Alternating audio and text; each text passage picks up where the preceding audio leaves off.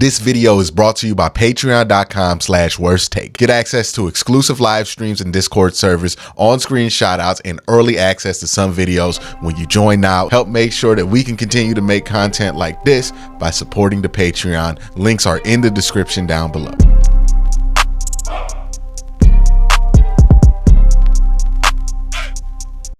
Always like to bring on different perspectives, and what I'm doing this week, since free agency for the most part has kind of wrapped up, is going around and talking to people who are more in touch with these teams in the AFC North, and kind of getting their perspective on everything. Right now, I have Jared Bailey from USA Today, also has the Pump Fake podcast and Behind the Steel Curtain. Jared, thank you for coming on. One thing that I've been fascinated about with the AFC North, when you look at this division compared to every other division, is the continuity that every team has. We've basically been running the same core players since 2020 at each other. And that's insane for when I looked at strength of schedule, it's all four AFC North teams at the top of the AFC. And I'm not shocked by that, because it's that doesn't even account for this is record. That doesn't even account for you played TJ Watt if you're the Browns. What, 2 times a year for 8 times? You've seen that man 8 times in 4 years. Even if the Steelers aren't good when you play them, that man is extra familiar with you. So he can go off, have big games. Same thing for Myles Garrett. Same thing for Lamar Jackson. Same thing for Joe Burrow. And it's just insane, the continuity in this division. I don't think it's like anything we've seen before, at least in a very long time. And I urge people, just appreciate this as football fans, that this is real rivalries, right? This is the stuff that people talk about they miss in basketball in the 90s. This is real rivalries. They've been playing against each other for 4 years. They don't like each other, in a competitive sense. It is one of the most fascinating divisions in sports. It's kind of a throwback to what people feel like sports used to be back in the day. And it's right in front of us. And I think 10, 15 years, we're going to look back at this and be like, damn, man, that was the time to be watching a lot of AFC North football. Yeah, and that's something I haven't really thought about, is the continuity part of it. But yeah, you look at all the stars in the division where, Watt's been there since 2017, as has Garrett. Burrow's now been there for a while. Lamar's been there for a while. Nick Chubb for Cleveland as well. So yeah, no. Even Minka, he's been there that whole time, right? Because he was traded for in 19. Yeah. Minka was traded in 19, so he's been there for a minute. Cam Hayward's been there for a long time. So yeah, all of these guys who are veterans of the AFC North, who have been just beating the hell out of each other for the past half decade or longer.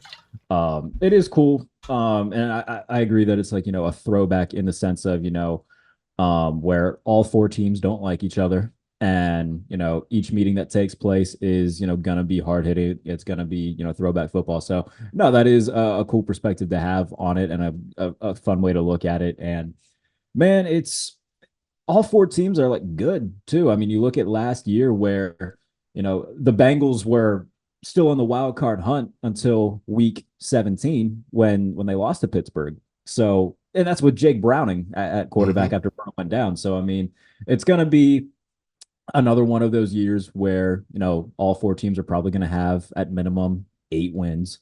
They're going to be, they're going to tear each other down a little bit because they're going to play each other so hard. So it's going to be, as long as everybody stays healthy, that's going to be a fun race to watch throughout the year in the AFC North of, okay, who's going to come out. It's for wrestling fans, when John Cena won the WWE title, he's just lifting him up, just covered in blood at the end of May. That's going to be the winner of the AFC North at the end of the year, just beat to hell. Yeah. But well-earned division winner. And it's interesting when you see players come from other divisions to this one, or you see when we play the AFC South or something, we go through a whole division, and I think was it Trevor Lawrence? Yes, after he played all 4 of the AFC North teams, he was I don't want to play in this division. Especially when they played Cleveland this year, he was coming off of it was the first game after he injured the calf. Yeah, and okay, maybe Trev should sit this one out. We'll see what happens. And I don't know how he played through that. He threw 3 interceptions, obviously, but Who was the defensive back who had two of them for the Browns? It was MJ something, wasn't it? Oh, MJ MJ Stewart? Emerson. MJ Emerson, that's who it was. Yeah. So he threw two of his three to MJ Emerson. But even then, I mean, they score late and it's still a one-score game. But yeah, man, I don't blame them because you play Cleveland in rough conditions in an injury. When they played in Pittsburgh, it was raining and gross, even though they won that game.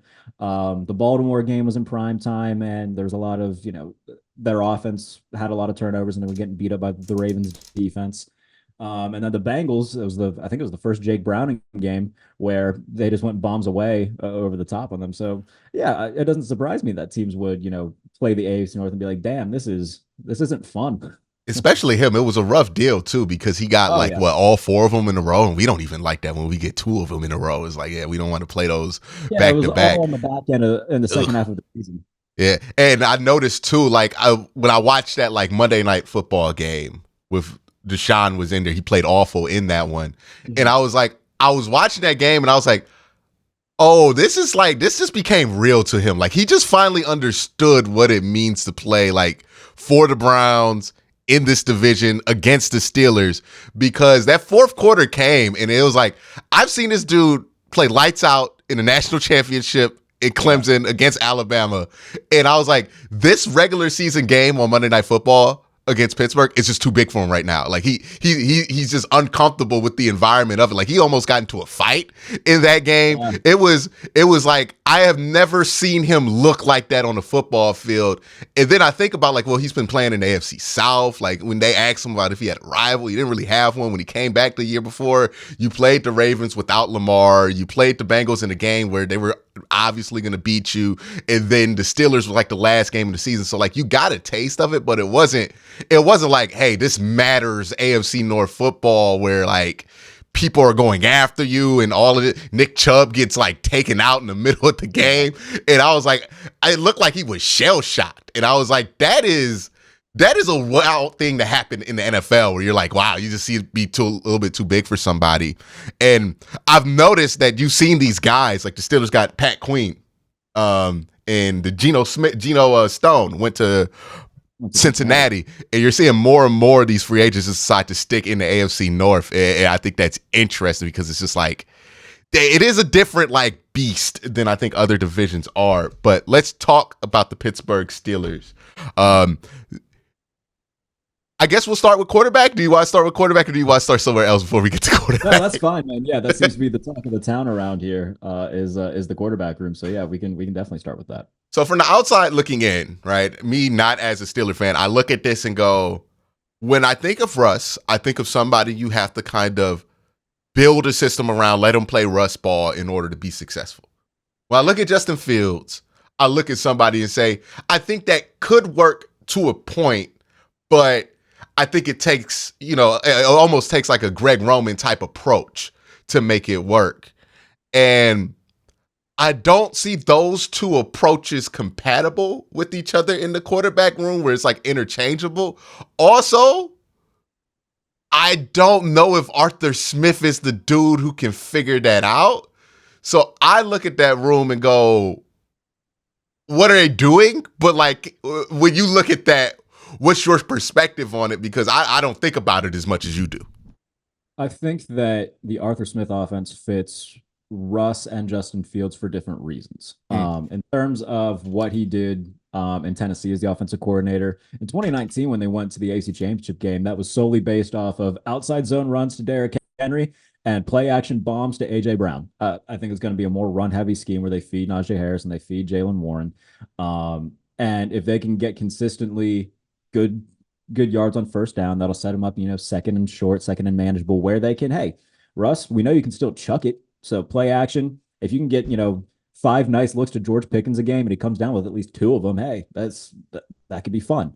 And in terms of what Justin Fields would fit in this offense, I mean, we saw what Arthur Smith was trying to do in Atlanta with, Marcus Mariota, who's basically just like the Bush Light version of Justin Fields at this point in his career.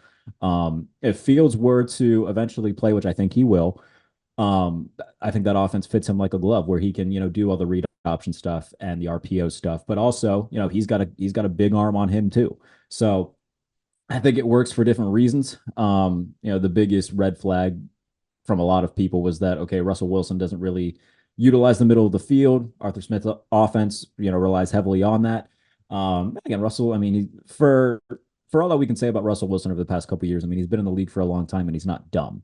So to say that he can't, what's the word, adapt to the offense, I think would be a little bit far fetched. And another thing that I think is missed on some people is that I don't think Steelers fans, at least I know I'm not, no one's expecting Russell Wilson or Justin Fields to, magically become like, top 10 to 12 quarterbacks in the league. But from what they had last year with arguably the worst quarterback play in the NFL, we can talk about, the Patriots and the Jets in that group as well. But the Steelers are definitely in the conversation for having the worst quarterback play in the NFL last year. I think they're just looking at it from a perspective of, okay, we didn't have starting quality quarterback play for 90% of the season. Mason Rudolph played well in the final month and everything, but even then they knew that he wasn't the answer. But I think they're just looking at it from a perspective of, we had like the 35th best quarterback on the field for most of the season. If we can have, the 17th best quarterback on the field, that's a hell of an upgrade. Even if, if the Steelers have just competent quarterback play, just perfectly mediocre quarterback play, I don't see a reason why they couldn't win 10 games again. They're facing a third place schedule again. Their defense on paper is better. So I think that's just kind of the mindset going into it was, hey, you look at the AFC where it's a quarterback driven division where there's Joe Burrow, Lamar Jackson in your own division. You got Trevor Lawrence, CJ Stroud. You got Justin Herbert, Patrick Mahomes. And I think that they're looking at that and saying, all right, we don't have one of these stars.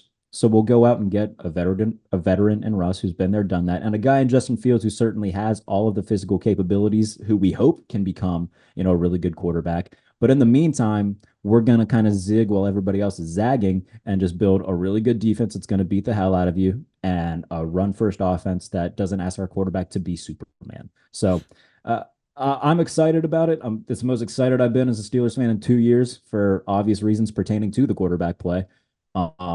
So I think that there will be some people who are, surprised at how well the offense does. Yeah. Do you worry about the Russ element of this? Like Russ, he didn't have a ceremonious kind of departure from Seattle. I mean, this Denver thing, it was like they basically put him in position like to quit. Like they offered him, what they say that they told him to take away his injury guarantees or something crazy like that.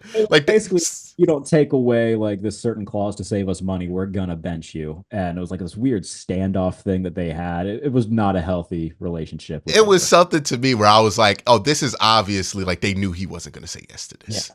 So, it's like when they want you to quit your job and they all of a sudden the elevator that goes to your office don't work, your parking spot, they got to use that for the dumpster or something like that. Like they just make your life a little bit harder. Like I bet it was one of those things. And what is weird to me about that is like I've seen NFL teams tolerate so much, especially at the quarterback position, and not go that route with a guy. But it seems like they're more willing to go that route with Russ. And like, I don't know how much of this has to do because, when like people in general decide that they're not going to be on your side about things, that can start a avalanche effect that makes people get mad at you for breathing, right? Like, and I don't know if that's what happened with Russ, where like public opinion just turned on him so dramatically out of like almost nowhere that it trickled into the building and then it trickled into that locker room. And that's why, or is it stuff that he does actively that makes people like feel like we're better off paying you to not be here than having you in the building? But there's something to that. I don't know what it is. Like, so I can't say for certain it's just something that follows Russ, right? But then I also think like, oh, Justin Fields is like super likable. So like if there is a problem, that juxtaposition, depending on like where you are in the season and who's starting, could also become a problem. But when you see that whole factor of it, right? Because like money wise, it's not that big of a risk. It's $1.2 million for a guy who's been a good quarterback before, and you can get rid of him essentially at any time, and it's not really that much of a penalty. But I do wonder like if this is a situation where Maybe Russ gets in there and he's definitely better than Kenny Pickett. Like, I'm not debating that.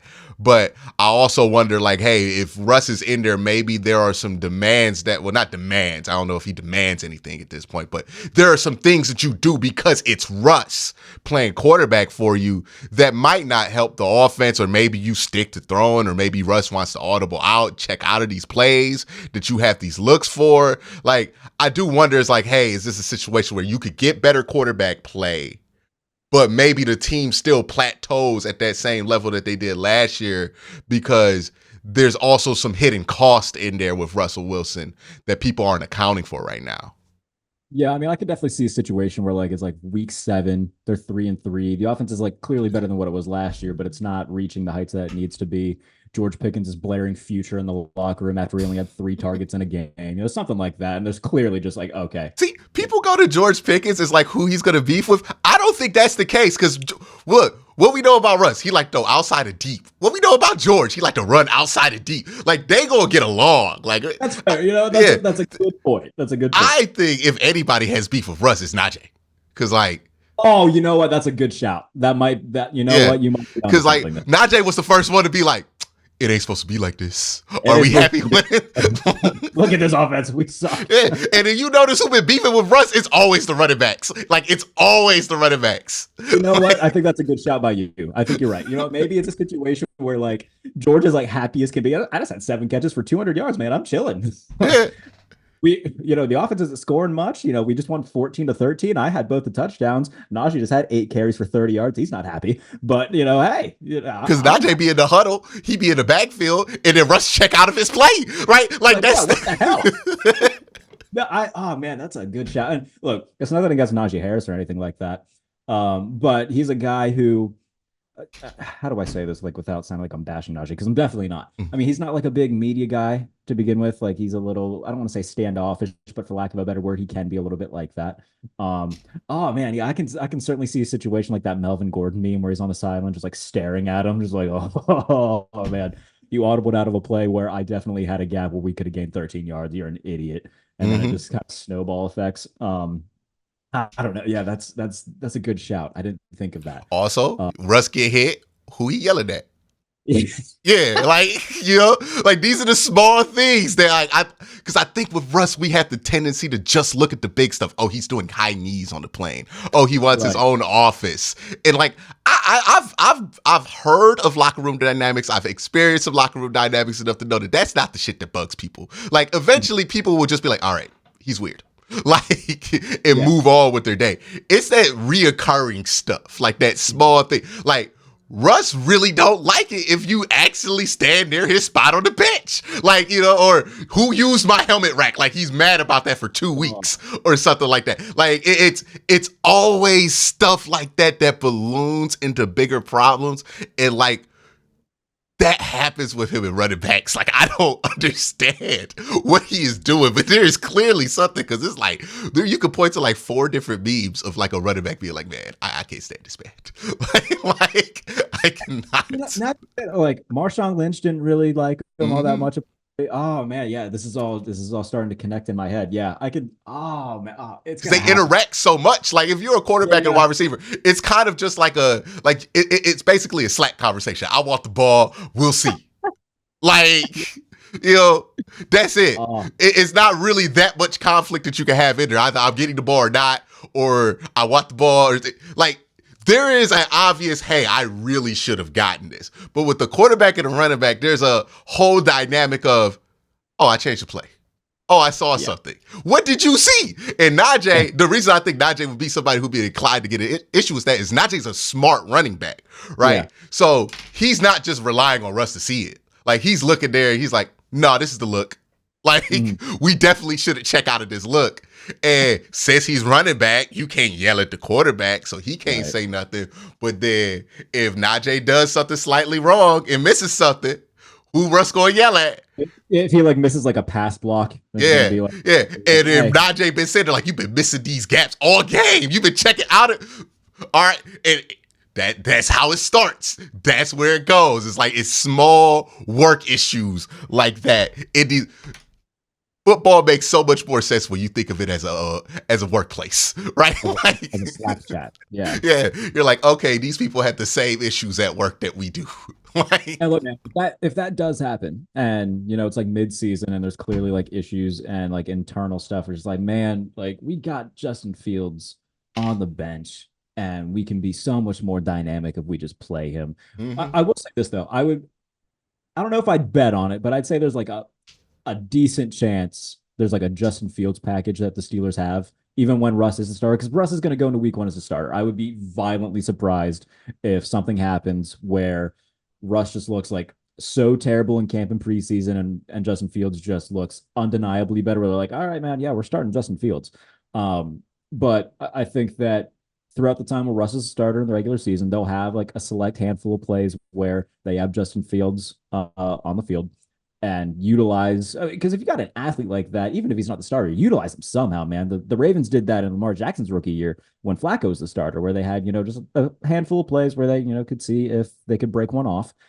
But yeah, if they're like, even if they're like 5-3 and the offense just isn't there yet, because last year after the loss to Cleveland, they were 6-4, and there was a conversation about benching Kenny Pickett. Mhm. So there's a situation that's definitely possible where they're still winning games, but it's similar to the last couple seasons where the offense just isn't taking off. The defense is having to pitch shutouts and only allow 10 points a game for them to have a chance. There's like, look, man, we got Justin Fields on the sideline. We prepared for this situation. It's not working. We're gonna play Justin Fields and see if he can take the top off and make us more dynamic offensively. If I had to guess, that's what's gonna happen. Is like, I'd say by like week 8. I think that's a fair like mid-season point. All right, let's assess what we are. We can be better offensively if we put in Fields, Russ. If you're willing to be the backup and mentor, that's great. If not, see ya, I guess. But I do think that there will come a time in the season where Fields is a starter.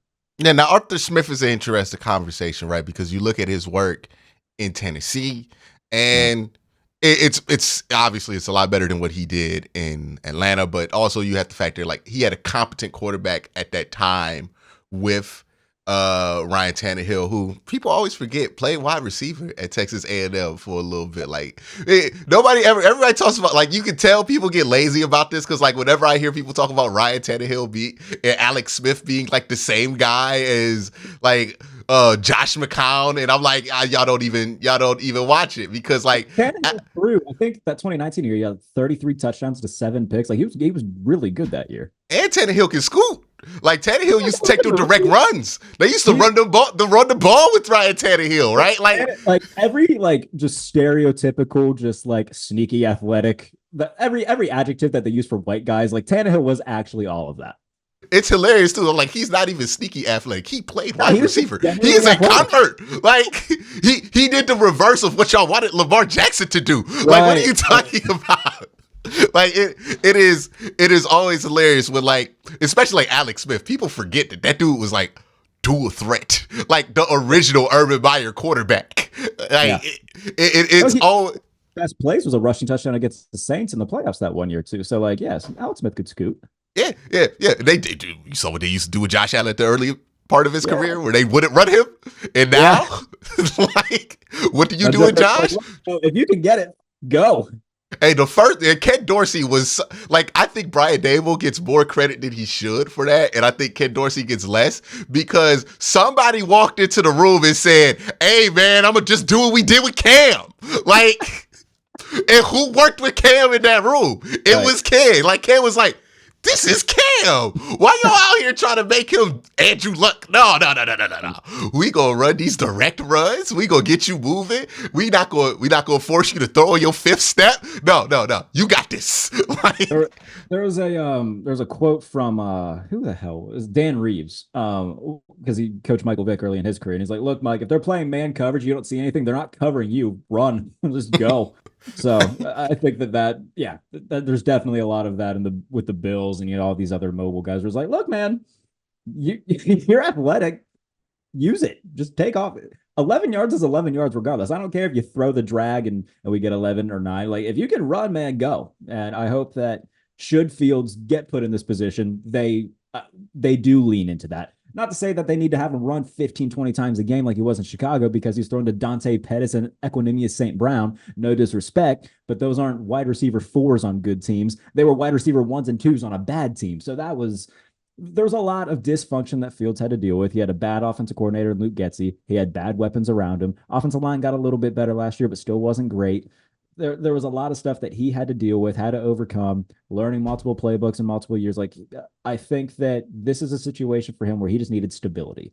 Mm. And what better place to go to get some stability than Pittsburgh, where you got Mike Tomlin as your head coach. You got, I mean, it's the most like stereotypical thing about Steelers. Like, oh, the Steelers are stable. They don't give up on people quickly, for better or worse. So I think that going to Pittsburgh, which he wanted, by the way, and the Bears, credit to Ryan Poles, did right by him, where he said, "Look, man, if I can go anywhere out of these places that want me, send me to Pittsburgh." Um, so I think that will help him. And when the time comes, I hope that he takes advantage of that and shows the Steelers that, okay, hey, we can extend this guy and he can be potentially our franchise quarterback. Because like secretly, I think Tomlin wants him to win the job. Like Tomlin loved Justin Fields coming out of school, and if he was available for them at 24. I think that's where they picked that in that draft. They were going to take him. Obviously, he wasn't available.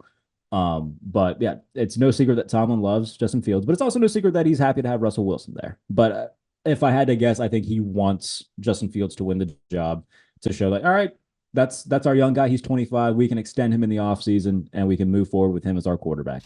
So I think at some point in this year, we are going to see him as the starter just so the Steelers can see what they have. Let's talk about the defense. Guys went out, got Pat Queen. Yes, it's funny too, because like Pittsburgh usually doesn't make bold moves in free agency or even in the draft. But the last two bold moves that I've really seen Pittsburgh do, it seems like they did it at the linebacker position, right? They traded up for Devin Bush, and now going after Pat Queen. And I personally think people are underrating this Pat Queen signing. I think a lot of people's opinions about Pat Queen kind of follow this through line where it's like, oh, he wasn't that good his first 2 years, and then Roquan Smith made him good those last two. But I think we're like forgetting he was just a second-year player, right? And then third year happens. I'm sure Roquan isn't hurting him as far as like his ability to do stuff. But like, right. I think like a lot of third year players just figure out, oh, this is what I can do in the NFL. I'm this kind of player. And then they work on being that kind of, like I've seen it happen with JOK, Grant Delpit, if you just want a Browns perspective on it. And when I look at him, I'm like, I think people are overrating the element of like Roquan Smith, like puppet stringed him into being a good linebacker versus he just figured out what he can do well, which he's a see ball, get ball kind of guy. He's somebody that you could use as a blitz. Like he fits what Pittsburgh wants to do with their linebackers on occasion really well. And he's not as bad as in coverage as people make it out to be. I think that's going to be a good signing for Pittsburgh. What's your feeling on that? I think that the coverage stuff is probably what they leaned into more when they signed him, because they have a Landon Roberts who's a really good run-stopping linebacker. And Patrick Queen, I think, is going to be that guy because they've tried getting like pass coverage linebackers in the past. They traded for Joe Schobert from Jacksonville. That did not work. Yeah, I remember that. It wasn't great, man. Was not good. They thought that Devin Bush could be that. And granted, his rookie year, he was really good. And then he tears his knee, and then everything just kind of went south from there. So, like, they've tried to get different, like, coverage type linebackers in there before. It's not to say that Patrick Queen is purely a coverage linebacker. He's much more than that, obviously. But I think that having that type of athletic guy in the middle of the field, there's a clear plan with what the Steelers want to do defensively. And a lot of that stems from them wanting to take a lot of the load off of Minkah Fitzpatrick on the back end. That's why they signed a guy like Deshaun Elliott, because, again, he's a guy that if they need to stack the box for run support, Deshaun Elliott's a really good box safety that they can put up. If they need somebody to really, help patrol the middle of the field, okay, Patrick Queen can do some of that stuff. They just want Minkah Fitzpatrick to be able to do what he did in 2019, is like sit back, play center field, intercept passes, and flip momentum. He's had to wear a lot of hats the past couple of years because, okay, they had some uncertainties at nickel. Okay, the coverage linebacker spot wasn't great, so he had to play up a little bit more. I think a lot of what they're doing defensively, these moves are like, okay, Minkah, we're trying to take some of this load off you. We'll go get a Patrick Queen to put in the middle. We'll get Deshaun Elliott to help and run support and add to the safety depth. Just do what you do best and what makes you, a 3-time All-Pro, and that's watch the quarterback, pick off passes, and be one of the smarter safeties in the leagues. So I'm excited for Patrick Queen, man. I'm excited for all the moves that they've made on the defensive side of the ball. And I think that having that type of talent at all three levels, the defense is going to be very good. Yeah, whenever I always think people, well, I think that when you look at the Steelers, you know when their defense is really playing well is when people are talking about Minka, right? Because sometimes you'll hear this conversation come out of Pittsburgh, and you're like, okay, there's something clearly wrong with what they want to do, because they're like, yeah, Minka's not. I don't know why Minka's right there. Like, I don't know why we're putting Minka there. Like, we're just not letting him be Minka. And it's like, okay, there's something wrong. They're asking Minka to fix it. And that's pretty much lowering the floor or the ceiling that they have on this defense, because you can't let Minka do Minka's stuff. And not to say that TJ Watt, Cam Hayward, those aren't good players. I think they're both probably going to be Hall of Famers. Sure. But I think Minka's the piece that puts that over top, where it's like, hey, when he's able to get to that high level that he was playing at in like 2020, they're one of the best defenses in the NFL, bar none. And that's when you start to see that defense start to carry the team more often than not.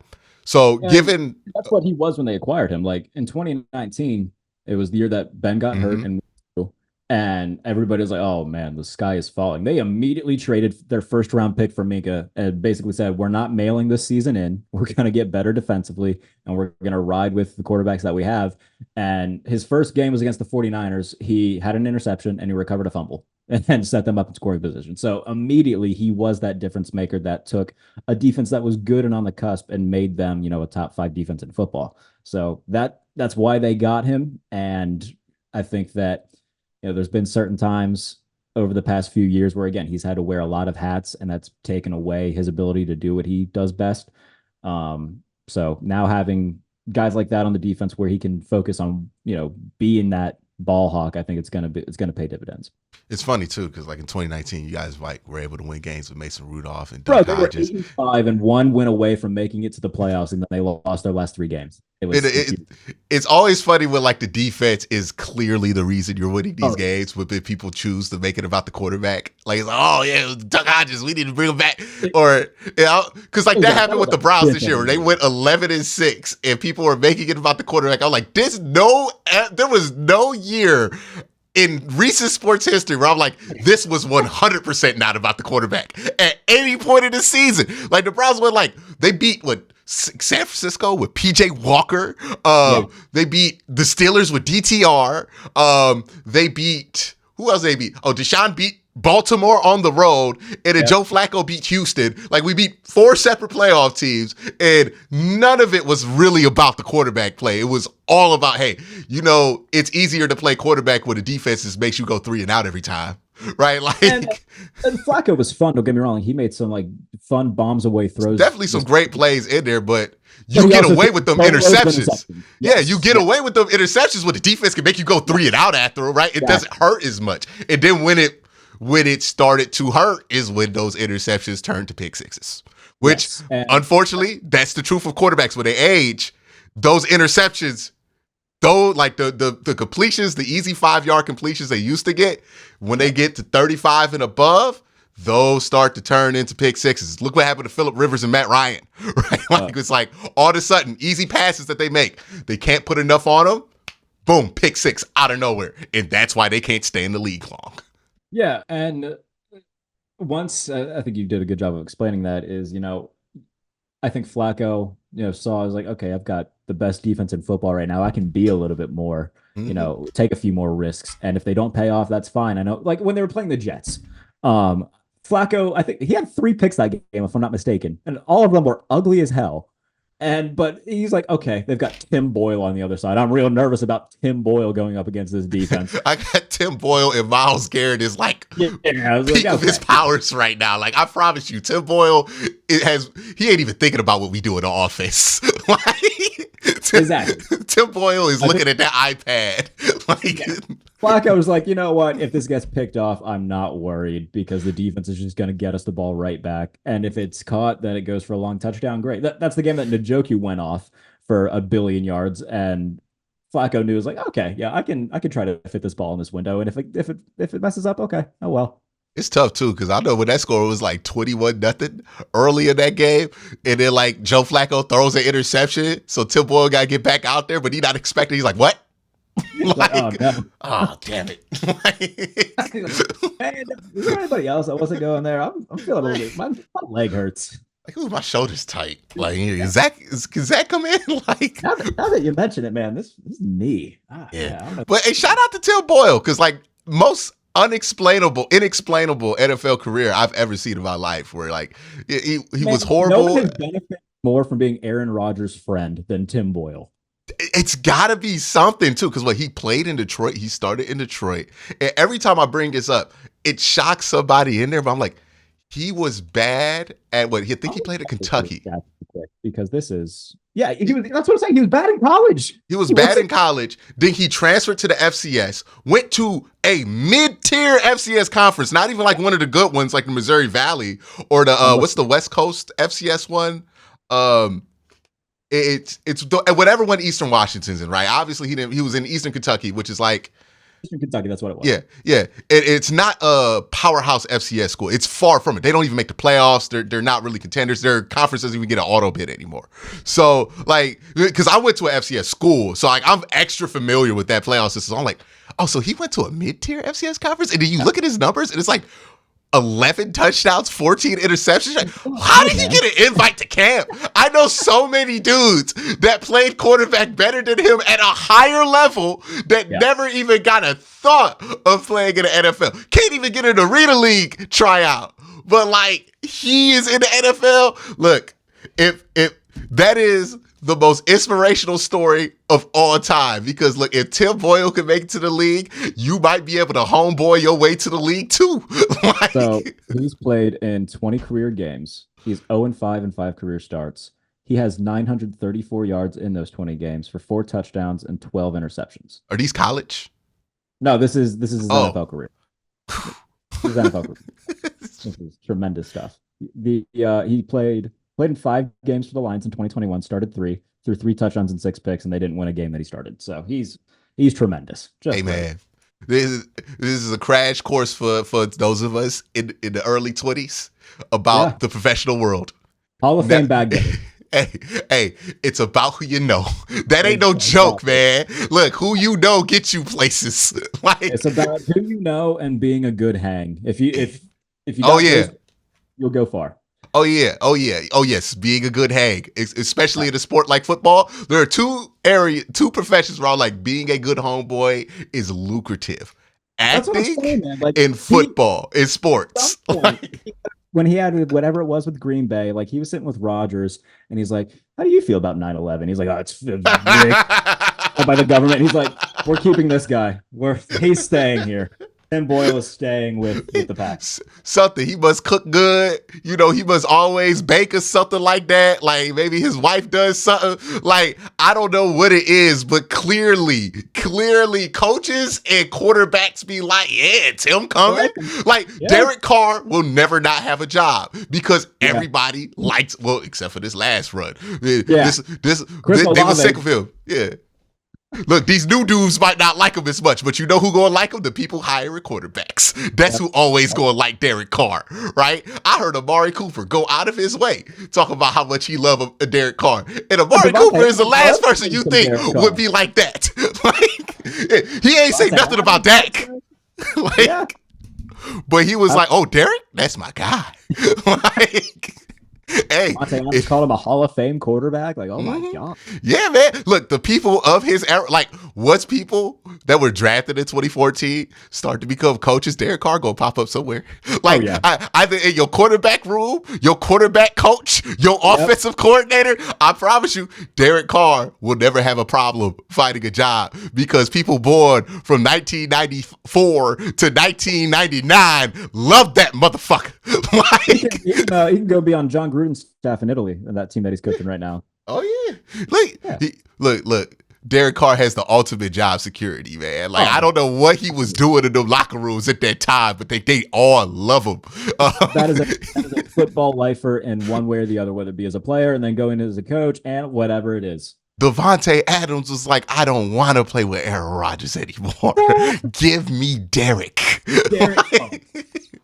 Hey, shout out to him, man. Shout out to him. Just the homeboy hires. That's going to be eventually that one statement alone probably made Derek Carr so much money. Mm-hmm. And look, for my Ohio State fans, there is the time when the homeboy hire goes wrong. Kyle McCord. Yes. Hey, Marvin Harrison Jr., you're responsible for that one, right? You talking about this, my guy from high school? Like, yeah, we gonna be straight, thinking he gonna get you the ball. Oh, it didn't happen at all. Like, and then the homeboy hire, when it goes wrong, it really goes wrong because you can't just fire him, right? Yeah. Like, you can't start the mutiny. Like, you on his side. That's your boy. Everybody asks you, what's up with your boy? The other wide receivers. Oh, I bet Marvin couldn't wait to declare for that draft. Absolutely, man. He's ready. He out here trying to tell him it ain't that different than CJ, right? Like, goodness. Meanwhile, CJ's in the MVP race. Oh, yeah. If CJ Stroud doesn't get hurt, he wins MVP this year. Absolutely. What a turn of event there. But thank you for coming on, Jared. Appreciate you. Make sure you let them know where to catch you and get more from you, your perspective. Let them know where to find you. Yeah, you can follow me on the app formerly known as Twitter, at JBaileyNFL on Twitter. YouTube, the same handle. So if you just type in at JBaileyNFL on YouTube, started doing that within like the last year or so, just trying to see what that's all about. So trying to grow that into something more. And then, yeah, read my work at USA Today, Behind the Steel Curtain, covering the league for USA Today, Steelers stuff for Behind the Steel Curtain. And yeah, like I said, if all the work that I do, I posted on Twitter. So follow me at JBaileyNFL. That's another I was born in from 89 to 99 conversation. We ain't never called it X. Nope, never. Anybody who calls it X is the ops, man. That's No, it will always be Twitter. I will always tweet. I will always retweet. I don't know what y'all talking about. No. We have drawn this is what we fight for. This is our line in the sand. We will go no further. But thank you for coming on. Appreciate you guys. Hope you guys enjoyed. Y'all have a great day. Have a better night. Peace.